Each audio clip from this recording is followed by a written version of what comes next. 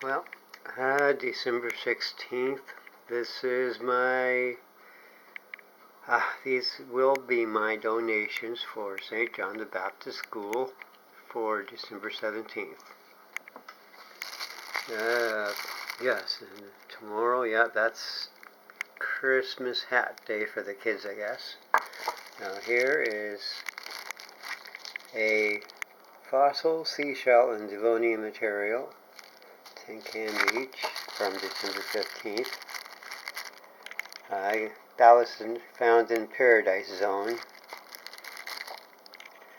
The only thing that drew my attention were these. There's 4 lines there. But yes, I was walking and I saw this stone and I saw the 4 lines, and I knew it could be a fossil. So I picked it up and I looked at it, and yes, it is. It is a fossil seashell.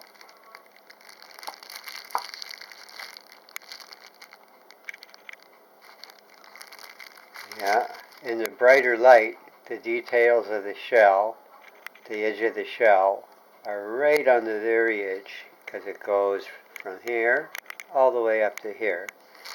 I had to turn the rock like this to see it, and somebody with a geologist magnifier would be able to recognize it immediately as a fossil. The camera can magnify it so much, and that's it. Now, next is fat lamp, Maritime Archaic period. Now, fat lamps were in use by the Maritime Archaic people, the Paleo-Eskimo, the Plano people, and I believe the Susquehanna. Basically, take a hollow rock and you crush fat in it, and you light it on fire, and that could provide a cooking fire. It could provide light for the interior of the shelter. The hollow stones were the first oil lamps, because it was the oil from animal fat that was burned in these hollow stones. And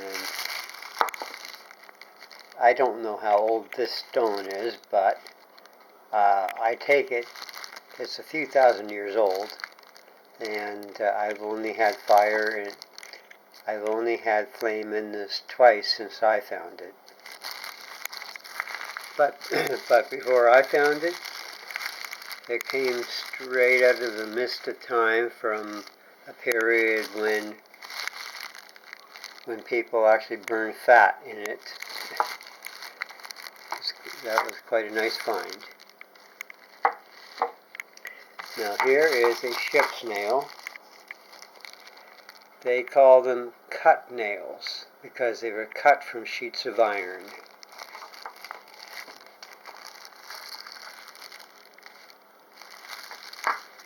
This one was in circulation from the 1700s to the early 1800s. And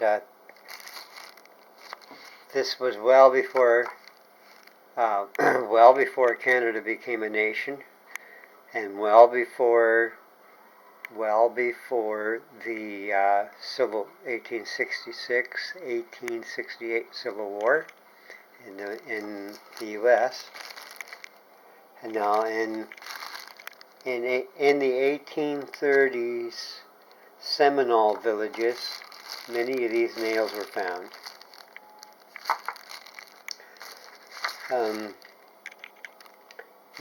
This nail would tell quite a story if it could talk.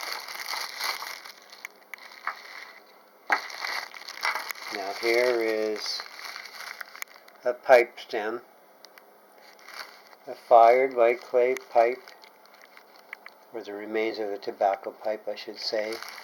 It was in circulation between 1680 and 1720. That was the New France period.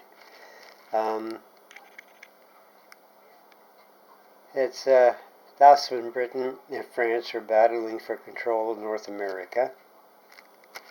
And there was, I can't forget Prince Philip's War, 1680 to 1700.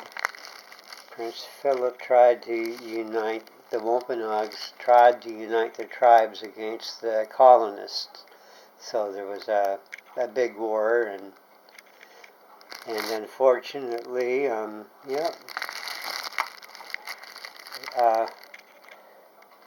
the native people kind of lost out on that end. Yes, it was a shame what happened. Europeans came and disease hit the native peoples. For example, in the St. Lawrence River Valley, when Champlain came up river, he came up river, but there were plagues of disease that went up through that St. Lawrence River Valley 3 times, and that nearly wiped out most of the Aboriginal or indigenous people living along there. And it was the same story on the Atlantic coast. All up and down the Atlantic coast, disease swept up and down through the villages, and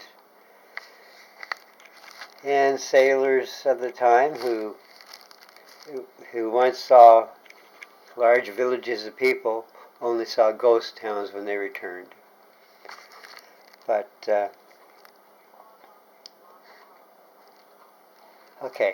away from that. Let's go at lateral weight, circa 3000 BP. Now, this at lateral weight was fit up into a notch in an atlatl thrower to give the person that was using the atlatl thrower and the atlatl dart, it gave the atlatl dart extra pushing power when it's extra pushing in power when it struck its target.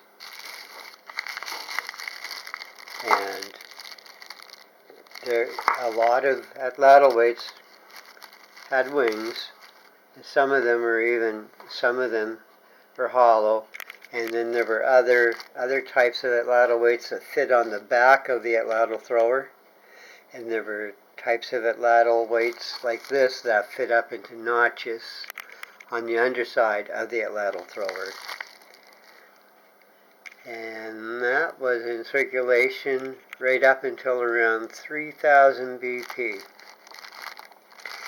The Paleo-Eskimo, when they arrived, the Maritime Archaic were here from 8000 BP to 6000 BP, and then the Paleo-Eskimo came in, and the Susquehanna came in, and then the Ceramic period Indians formed their stronger cultural societies. But the bow only came into use around 3000 BP, about the time of the Paleo-Eskimo arrival. And the atlatl, unfortunately went its way because the bow was much more versatile. And finally, we have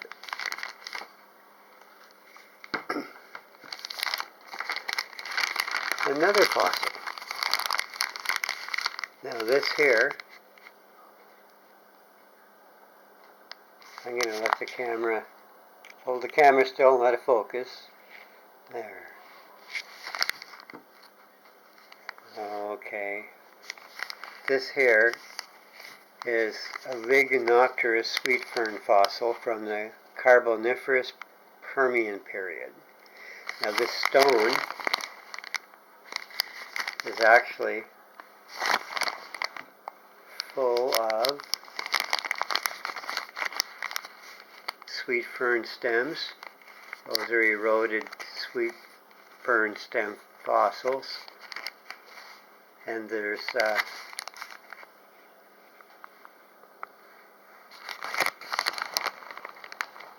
and it is literally all over this stone. There's all kinds of this fossil.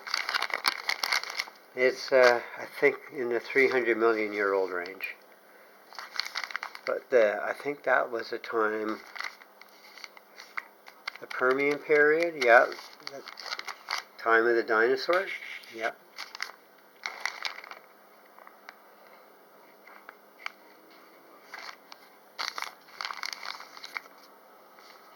Yes, yes. Well, tomorrow I will deliver all this to school, and then I will, yes, well, those lovely teachers, I will, I'll warn them about this. Yes, I'll say it's a little bit weighty, take care carrying it. I'll try to put it in a pack or something. Okay, well, that's enough of that.